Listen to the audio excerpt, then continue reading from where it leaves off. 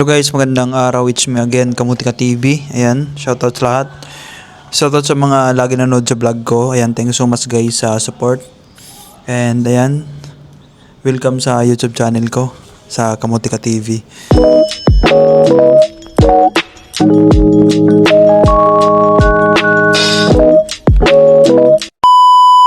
Salamat guys, salamat.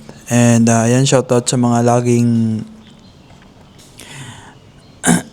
ayan, shoutout sa mga gusto mag-Macau. Ayan, panoorin nyo guys mga vlog ko para magkaroon kayo ng idea dito sa Macau. And lahat na yan nandyan sa playlist ko guys. Mamimili lang kayo kung ano mga gusto nyo panoorin. Sa mga pupunta ng Macau guys, sasuggest ko yung panoorin nyo is mga scam. Ayan. Una yung panoorin is scam. Ayan. Kasi for sure ma-encounter nyo yan. And hindi nyo talaga yan may skip yung ano na yan. May experience nyo yan pag tatanga-tanga ka dito. Kaya guys, panoorin nyo para in case na ma-encounter nyo yan, alam nyo na yung gagawin nyo at may iwasan nyo, di ba?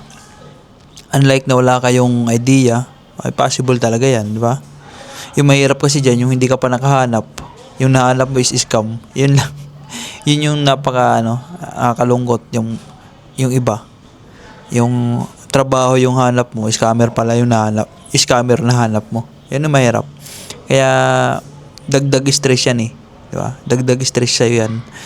And kaya guys, lagi ko yung nire-remind na mag-iingat talaga dito sa Macau. And hindi ibang lahi yung ano natin dito, kapwa Pilipino. Kaya talagang kayo, ingat. Kaya binablog ko rin yung mga scam na yan. Siyempre nakakaawa yung mga nakakaawa. Ayaw ko rin sana i-vlog yan kasi siyempre business yan ng mga parang maano sila masisira yung business nila di ba?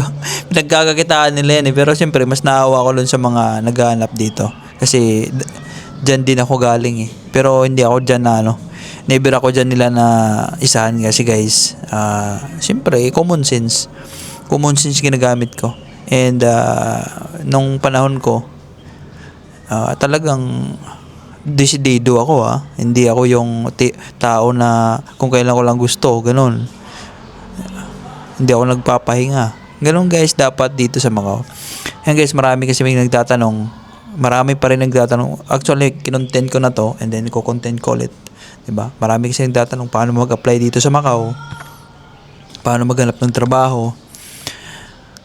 Ayan guys, sasabihin ko na ulit lang. And then para sa inyo to guys, ayan, shoutout sa mga gusto pumunta ng Macau. Ayan guys, mag cross country. And ayan, especially dyan sa Pilipinas. Ayan, dito guys sa Macau, pag apply is parang sa Pilipinas lang din. Pupunta ka sa mga company. And yung CV dito guys is CV is kahit anong CV, kahit anong resume mo, kahit anong format pa yan. Ayan. Kahit anong format pwede dito sa Macau. Walang dito yung standard.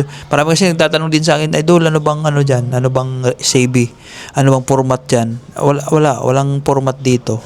Kahit anong style, kahit lagyan mo ng mabulaklak, mas maganda ngayon, di ba? Mas ma-appreciate nila yun. Kasi ang ganda. Ayan guys, kahit anong CV mo dito, wala silang pakialam. Dito guys, yung CV is kahit tupi-tupi yan Kahit nilagay mo na sa puwit yan wala silang pa, tatanggapin pa rin yan. Wala dito yung katulad sa Pilipinas na talagang planchado. Guys, lagi kong sinasabi sa inyo na wag yung dadalhin dito sa Macau yung nakasanayan nyo sa Pilipinas. Yung CV is hindi kailangan malinis, hindi kailangan na planchado, kahit tupi-tupi yan, walang problema. Ayun, maraming nagtatanong din, idol, ano bang age limit dyan sa Macau? Ayan guys, lagi yung sinasabi na age doesn't matter. Guys, sa age limit is huwag na kayong kung gusto nyo talaga mag-Macau is punta kayo dito. Hindi yung tatanong kasi the more na nagtatanong kayo guys sa mga age limit na yan, age limit is magkakaroon kayo ng yung self hopeless, parang gano'n, baka hindi ako pumasa, gano'n, baka hindi ako pwede dyan. Bababa yung bababa yung confidence nyo sa sarili dahil dun sa age limit. Meron din pag maliit ka, height limit. Yan guys, wag nyo isipin yan. Importante is makarating ka ng Macau. Marami company dito na walang hinahanap na age limit. As long nakitaan ka nila na kaya mo pa magtrabaho. Diba? Kaya mo na magtrabaho eh. Hindi, i-hire ka nila. Diba? Dito kasi sa mga inchik is wala silang age limit sa mga inchik ha. Sa mga Pilipino is mga foreign is mga nag-ano lang. Dati naman kasi wala daw na may age limit yon. Yung mga Pilipino lang yung naglagay ng mga age limit na yan. Yung mga nasa sa Pilipinas na ginagawa nila is dinala dito. May mga agent kasi dito na mga Pilipino. Sa mga may mga legit na agent dito sa mga agency. Kasi hindi nila kaya yung mga agencies, mga Chinese kasi dito is hindi sila masyadong fluent sa English and then nahirapan sila makipag-communicate and kaya kumukuha sila ng tao. Guys, expected nyo na yan na kung may agent kayo, na legit man na agent is expected nyo na yan na malaki bagayan dyan Kasi siyempre, kailangan mo magbigay sa kanya, magbe-placement ka pa, expected nyo na wag na kayo magreklamo kasi yan yung kalakaran dito sa Macau. Ayan, napunta na tayo sa pag-apply dito sa Macau, guys. Ayan. Yung dito, guys, sa ngayon update ngayon is tinitingnan dito is CV, yung experience. Mostly kasi dito, guys, dami kong na-encounter ng mga mandirigma dito, ng mga bago mga bago, mga karating lang galing Pilipinas na guys, huwag nyong ilagay yung mga sa Pilipinas na trabaho. Kung mayroong mga kayo trabaho sa related sa hotel, yan, sa restaurant, pwede nyo ilagay related sa mga design, ganun, sa mga bulaklak, sa mga sa mga flowers siyempre bulaklak, flower shop na yan mga mga basta sa mall, guys, wag nyo ilalagay cleaner yan, pwede nyo yan, janitorial, pwede nyo ilagay sa CV. Pero pagdating sa mga mall, bagger, salesman, promodizer, construction, operator, wag na kayo dyan kasi wala yan dito. Wala yan dito sa Macau. Titingnan nila, guys, yung trabaho na mayroon dito sa Macau. Pag tinignan sa agency yan, na puro ganun, salesman, sales lady, promodizer, hindi ka pwede dito. Diba? Hindi ka makakalap ng trabaho dito, totoo yan. Marami akong na-check kasi wag tatanong sa akin. Ayan, guys, follow nyo ko sa IP page ko and PM nyo ko doon, pwede nyo ko PM and then magre-reply ako, guys, pag di ako busy. Ayan, marami kasing nagtatanong sa akin, Idol, ba't di pa ka nakakahanap? Ilang buwan na. Sabi ko, baka may problema ka sa CV mo. Ayan, sabi ko, check ko yung CV mo kung pwede na. And pag na-check ko, yan ang problema, halos lahat. Bakit? Sabi ko, yung sa Pilipinas nilagay, sabi niya, di ko alam, Idol. Sabi ko, panoorin mo mga vlog ko para magkaroon ka ng idea kung ano mga pwede dyan ilagay sa CV mo. Yung mga dyan sa Pilipinas, iwan nyo yung trabaho nyo dyan. Pwede kayo maglagay dito sa Macau kahit anong trabaho. Pag may marinig yung may quota, sample, may quota is hiring, guys, may hiring sa cleaner, lagyan mo agad yung lagyan mo agad ng cleaner yung CV mo. Wala naman kasi dito hinahanap na certificate of employment, guys. Kung ano nakalagay dun sa CV mo, yun na yun. Yun na yun. Dapat aralin mo nga pinaglalagay mo na experience din sa CV mo para yung sa interview is hindi may sasagot ka, diba? Importante doon is may sagot. Pag wala kang may sagot, bagsak ka na yan. Huwag ka na mag-expect tatawagan ka kasi kailangan makasagot ka doon. Yun, kasi siyempre kailangan mo makasagot kasi yun nilagay sa CV mo, diba? Kailangan mo sagutin yung kaya pag-aralan nyo yung mga nilalagay nyo doon kung ilang years, yun. Para at least kapanipaniwala naman, diba? Ganun dito. Yung mga mag-cross country is walang problema pumunta ng Macau, pero yung mga galing sa Pilipinas is mahirap. Kaya, guys, yung gawin nyo is para makalusot, advice ko lang to gawin nyo is Hong Kong or Taiwan or Singapore. Yun, huwag kayong huwag kayong mag-Thailand kasi isa din yan sa mga may trust issue dyan na dami na upload dyan huwag kayong magda-direct flight dito sa mga galing Pinas And sa sa cross country walang problema. Ayan. Kung wala man dyan sa lugar nyo is pa Macau na flight is pwede Hong Kong. Ayan. Pagdating nyo sa Hong Kong is mag-bus na lang kayo pa Macau. Ayan. And sa mga walang matiraan may mga upload ako dyan sa YouTube ko na i-search nyo lang Kamuntika TV, Tirahan sa Macau, yan, lalabas na yun. And sa naman sa ayan sa papunta ng Macau na walang kamag-anak, kaya kamag-anak is walang problema yun kasi pag binigyan ng invitation yan, wala na magawa yung taga-immigration kasi may invitation na eh. Diba? Pero yung mga wala, guys, suggest ko lang is maghanap kayo ng agency dyan sa Pilipinas, mga tour agency, travel agency yan, and then maghanap ka ng mga magtutor lang, yung tour group, ayan, sali ka doon, tour group, papuntang Hong Kong, ayan, o kaya Thailand. Yan, tapos sali ka doon. And then wag ka lang maingay syempre. And then pagdating mo doon sa Hong Kong or Thailand man, umiwalay ka na. Oh. Umiwalay ka na sa kanila na hindi ka kasama, gano'n. Yan. Dito naman kasi guys sa Macau is, yan nga, pag-apply is, walang mahirap. Madali lang dito, makahanap trabaho kung masipag ka, sa totoo lang. Experience ko na yun kasi nakailang paghanap na ako dito ng trabaho. Yan. Kung masipag ka talaga, makakahanap ka, di ba? Pero kung iniisip mo agad yung trabaho, wala ka pa nga ginagawa, 3 days pa lang na wala ka namang ginagawa, paikot-ikot ka lang dito, ilang agency pa lang, tapos walang tumatawag, ay hindi yan guys. Hindi ganun. Dapat guys is, talagang suyurin mo dito yung mga agency, pasa ka, and then online sa gabi. Yan. Kasi para may option ka, yun yung mga walk-in nandito, walk-in sa Macau na mag-apply. Dapat may yung diskarte. Yung online ka sa gabi, pwede naman din sa araw mag-online ka. And send ka ng CV. Ayan, mga Win yan. Marami quota sa Win, MGM, Hyatt, Hyatt, or COD. And then Galaxy yan. Send ka ng send dyan. Kahit sabihin natin sa araw-araw is nakaka-4 ka send na yan sa mga mga company. Possible yan na may chance ka doon. Pwede ka rin mag-send ng mga email dyan sa mga agency dito sa Macau like Easy Clean, like Pro Cleaning. May upload ako dyan sa YouTube ko na mga agency na dito sa Macau na mga email nila, pinagkukuha ko yun.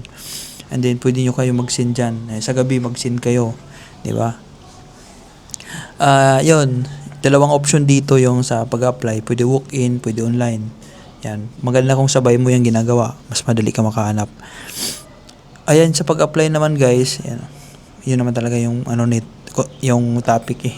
Pag-apply guys dito is magpapasa-pasa ka lang lagi araw-araw sa mga agency. Yan. Hindi dito katulad guys sa Pilipinas na pwede ka ma-interview, hindi. Dito kasi guys, pasa-pasa ka lang tapos antay ka ng tawag.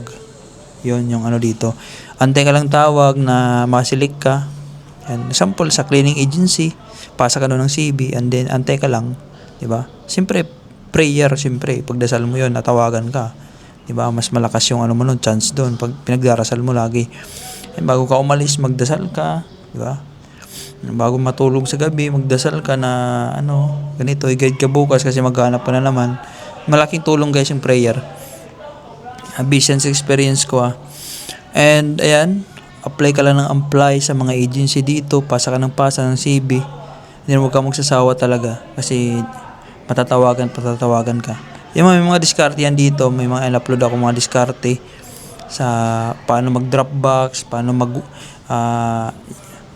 yun yung mga mga ginawang video nakaraan na pwede nyo hanapin dyan kung paano mga diskarte. Yan. Sa Dropbox guys, maganda hapon na kayo magpasa. Yung mga bigay-bigay lang is okay yan sa umaga.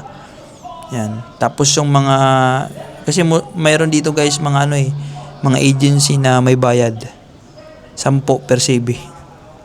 Ayan guys, yung lagi ko in-advise is tanungin nyo muna kung may quota, and then pag sinabi mayroon, tanungin nyo rin kung anong quota para ma-check mo sa CV mo kung mayroon ka. Pag tinanong mo cleaner wala ka palang cleaner, huwag ka magbigay, di ba? Para niloloko mo lang sarili mo, ganoon. Kaya yung iba kasi dyan guys, napapansin ko is bigay lang na bigay doon, pasa lang ng pasa, di nila alam, wala palang hiring, wala palang quota. Yun, niloloko mo sarili mo. Yung 10 mo, isinayang mo lang sa wala. Kaya sabi ko lagi, magtanong kayo, tanong nyo para hindi masayang yung 10 nyo. Malaking bagay guys, yung 10 MOP dito sa Macau. Makakatawid na yan sa'yo sa isang araw. Buhay ka na nun. Diba? Extend yung buhay mo kung may 10 MOP ka, dami, makabili ka na ng bigas, tapos ulam yan eh. Diba? Tapos sasayangin mo lang sa wala. Doon kayo magbigay pag mayroon. Pag sinabing mayroon, tapos sinabing example cleaner, kung may cleaner kayo, doon ka magpasa. Kahit gumastos ka kasi mayroon ka, may laban ka doon eh. Pero kung wala kang laban, ay wala, kalukuhan yun. Diba? Yan, punta ka sa mga agency, pasa ka ng pasa doon, tapos antay ka ng tawag. Tapos paulit-ulit lang yan. Tapos drop box, hapon ka, para dapat aalamin mo kung anong oras magsasara para saktuhin mo na pasara na yung agency, saka doon magulog para talagang nasa ibabaw ka.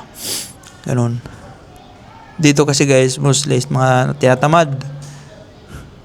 Meron lang magyaya ng inom tayo ngayon, bukas na yan, wala na. Diba? Guys, dito sa Macau is mahalaga yung araw kasi nagbabawas yan. Example, 30 days. 'Di ba 30 days bibigay pagdating mo dito sa Macau. May bawas na 4 doon, automatic na yun, linggo. Bawas na yun, automatic. Edi lalabas sabihin natin may 31 na yung buwan. Yung lalabas na lang sa iyo is 27 days na lang, 'di ba? 27 days na lang kasi bawas ng 4 yung linggo. Pero guys, sa linggo pwede kayo lumabas. Check nyo kung may mga agency na bukas kasi may mga bukas, mga half day lang yan, diba? Mostly ganun, linggo may mga quota yan kasi yung mga sa company, day off yan, walang pasok. Doon yung pupunta yung mga yung mga employer sa mga agency. Then Lunes yan, maraming quota yan pag Lunes kasi galing yan sa linggo ng gabi, nagpunta yung mga employer sa agency, nag-report na ganito, may quota ako sa security, sa cleaner, kung ano man na trabaho, DH. Doon yung sa Lunes, kaya maganda pag maaga ka magbigay-bigay doon sa mga agency. Sa mabigay-bigay lang dapat maaga para ma-check agad yung ma-check agad yung CV mo. Kasi pag sa tanghali ka na magpasa doon ng CV, is ilalapag na lang yan dyan sa sa lamesa, and then masyado hindi na nila papansin yun. Ganun. Kaya mas maganda umaga. And then suggest ko lang sa mga nandito sa Macau na mandirigma guys, sipagan nyo. Lagi ko yan sinasabi, sipagan nyo. And yung sipag naman talaga, yung sipag nasa tama nasa tama. Yung aalis talagang hindi ka pwede na wag kang papayag na wala ka man lang mapasahan na kahit 7-5 na agency sa isang araw tapos online. Kasi kung 2-3 ka lang na agency, mahina yan. Wag ka talaga papayag na 2-3 lang. Dapat kung pwede 10. Di ba? Huwag kayong mahiya magtanong sa mga agency, sa mga hotel kung saan yung pasa ng CV. Meron yan. Pwede ka naman mag-translate yan sa CV mo, sa CP mo, sa Google Translate, English to Chinese, tapos ipabasa mo na lang doon sa reception. Alam na nila yun. Mas maganda guys, solo flight. Kasi pag nagsulo ka is solo, ikaw din, kung isa lang yung quota, sa'yo na talaga yun, di ba? Yun kagandahan. Pag solo. Huwag kayong makipagbarkada sa mga gusto lang is hayahay tayo. Tama na, nakalima na tayo. Ayan, huwag kayo magdistansya na kayo niyan kasi mapapahama kayo niyan, madadamay kayo niyan guys. Mas maganda pag solo. At saka may mga ko dyan guys, may mga upload ako sa agency dito sa Macau na pwede nyo puntahan isa-isa. Marami yan. Kasi mostly mga dito sa Macau is nandun lang yun sa Haksawan. Yan, yung mga pupunta sa Macau, panoorin nyo guys yung mga vlog ko para magkaroon kayo ng idea dito sa Macau. Diba? Alam nyo na pagdating mo dito is hindi ka na tatanga-tanga dito. Diba? Hindi ka na tatanga. Alam mo na yung mga galawan dito eh. Diba? Kunting adjust ka na lang. Diba? Daming nasa playlist ko guys, sa vlog ko na pwede nyo i-check. Check nyo guys. Ayan, dito is antay-antay ka lang. Ganon yung kalakaran dito sa pag-apply. Antay-antay ka lang, tawag araw-araw. Diba? And prayer. And yun lang guys. Sana may natutunan kayo sa sa vlog about sa pag-apply. Thank you so much guys, and God bless a lot. I love you all.